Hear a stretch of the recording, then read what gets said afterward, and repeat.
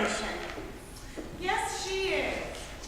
Well, Nancy, how does it feel to be a Hoosier suffragette? I'll tell you when Hoosier women can vote. Well, the day is coming, Nancy. It's coming.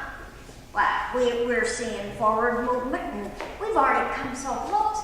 We even had the legislation a few years ago. It were killed by opposers, though. Well, that's what happens when smart men act stupid. But we will get that amendment revived. Mrs. Cougar is already making great progress for the women of Kansas. I do wish she'd spend a little more time in state getting the votes for us Hoosier suffragettes, but, well, progress is progress.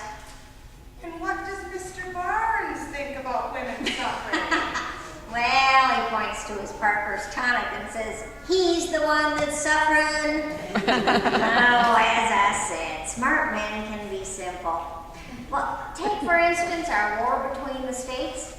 Brothers and friends and countrymen all fighting each other for, by name, the very same thing.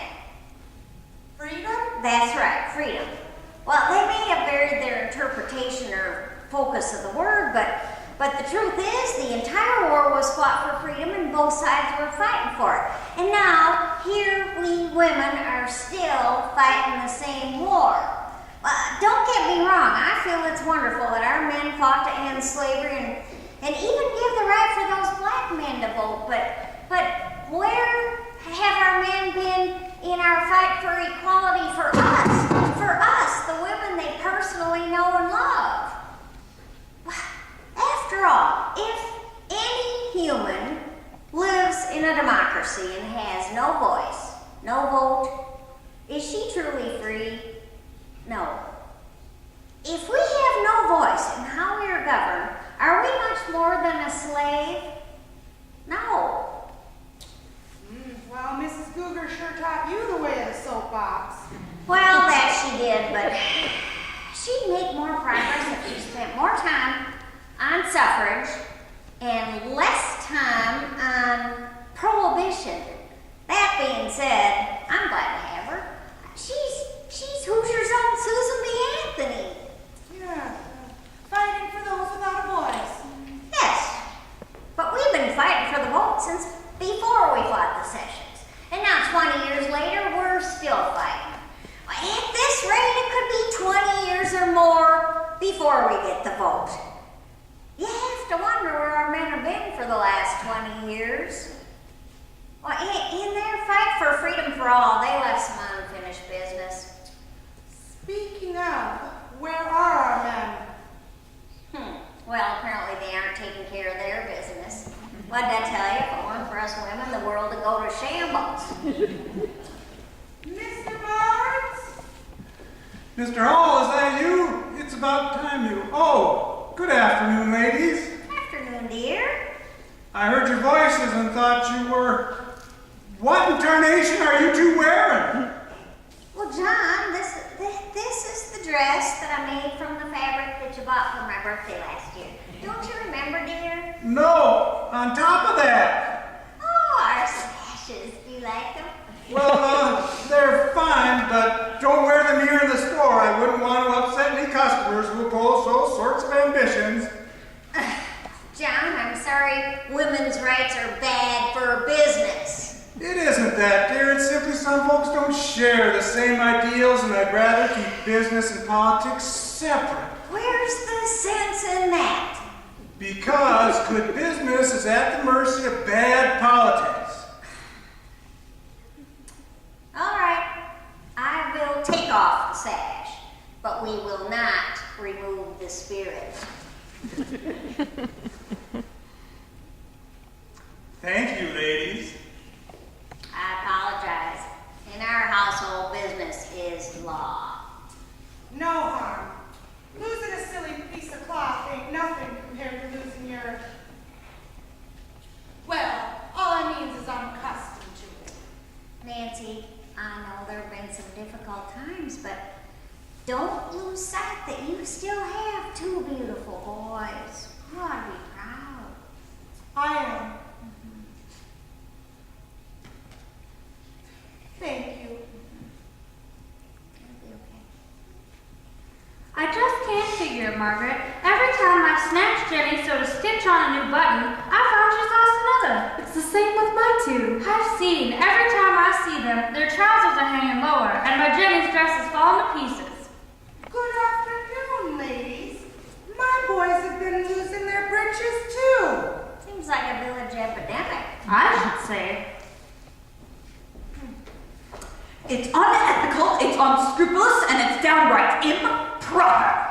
What is it, Katie? Do you know why the children of this town have had a sudden and unexpected rise in hyperactivity? Do you know why every half hour the mothers of Idyllville are in this confounded store buying buttons for their young? Do you know why every time we turn around, our children's trousers are on the ground? No, Katie, why? Because they're trading their buttons for candy! Candy? Sweets! Peppermint lemon drops! Whorehound.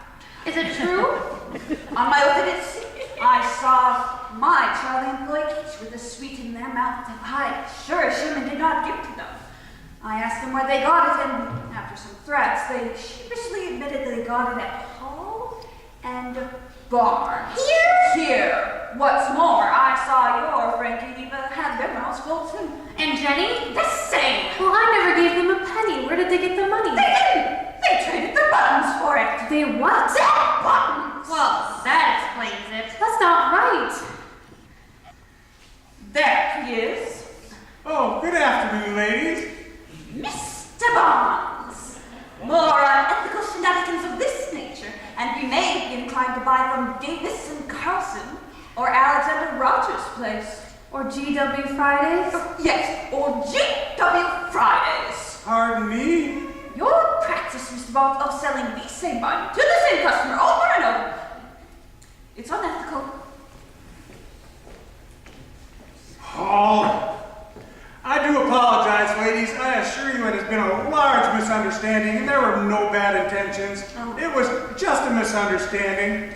Please take whatever buttons you need. We have already had plenty of buttons today. Probably the same ones that are back in that jar. Our children's trousers are still falling down. Ladies, please, I understand your frustration, but please take whatever buttons you need. No charge. I'll also strike the charges for the others from your account. Will that reconcile it? I should think we should expect at least that much. Thank you, Mr. Barnes. Imagine trading buttons for candy. The idea. Mr. Hall, the buttons! Mr. Hall!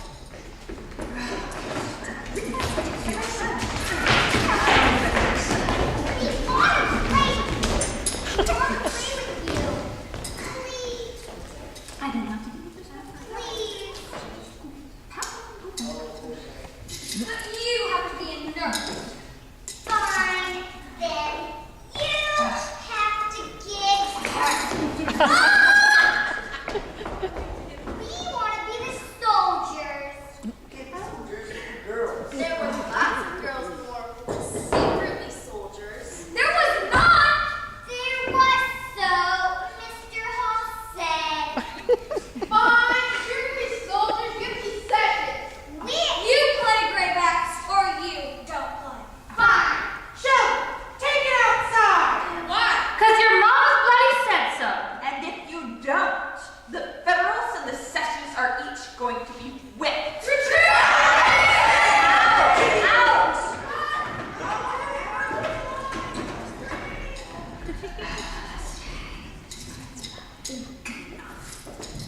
Thank you, Mr. Barnes.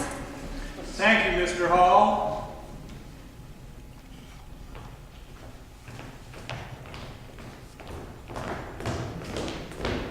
Company, halt! Men, we are under fire. Take the ground. Hit your marks, men. Take off the the crowd. Lord, how will they increase the trouble when you've been here and rise up with swing? Not the time for scriptures. This is the perfect time for scriptures. But thou, O Lord, art a shield for me, the lifter up of mine head to tread unto the Lord, and he heard me on his holy hill. The pen may be mightier than the sword, but a rifle would be useful. I will not be afraid of 10,000s of people that have set themselves against me round about. Arise, O Lord, save me, O my God, for thou hast smitten mine enemies upon the people, and thou hast broken the teeth of the ungodly. Salvation belongeth unto the Lord. Salvation belongs unto the rebels if you don't start shooting something. Men, the enemy's coming back. Pursue them up the hill and get them a storm around the head. Attack! Take the ridge! Attack! Ah! Captain! Captain! Captain, how is he? He's wounded bad, hit the thigh, still breathing though. Already defeated? They're retreating, but it's only lost near 100 men, just in the regiment. Out of the depths I cried unto the Lord. Lord, hear my voice. Let thine ears be attentive to the voice of my supplications. Fish, quit your John and go get a litter to carry him off.